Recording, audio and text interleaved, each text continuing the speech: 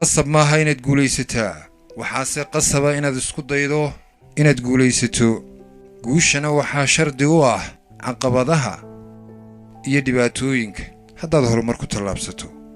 oo ay jiraan ama aad aragto dad badan oo kaa hor yimi macnaheedu maaha adaa lagaa hor yimide guushaa laga hor yimid qofkuna cadowga ma laha ee guushaa leh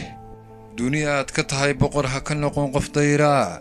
dahab baad u dhalatee sida maar ha doorsamin karaamaad ku dadantee sida duunya ha u lumin adigoo dalhagi karaa aduu ha isla daadegin dhegtu way daaweyntee magacaaga diib mari taariikh baa dambaysee ha ka tegin wax laga dido waxaa uunka kugu dara daralee gob kaa dhiga nunsamaanta weeye noqon ruux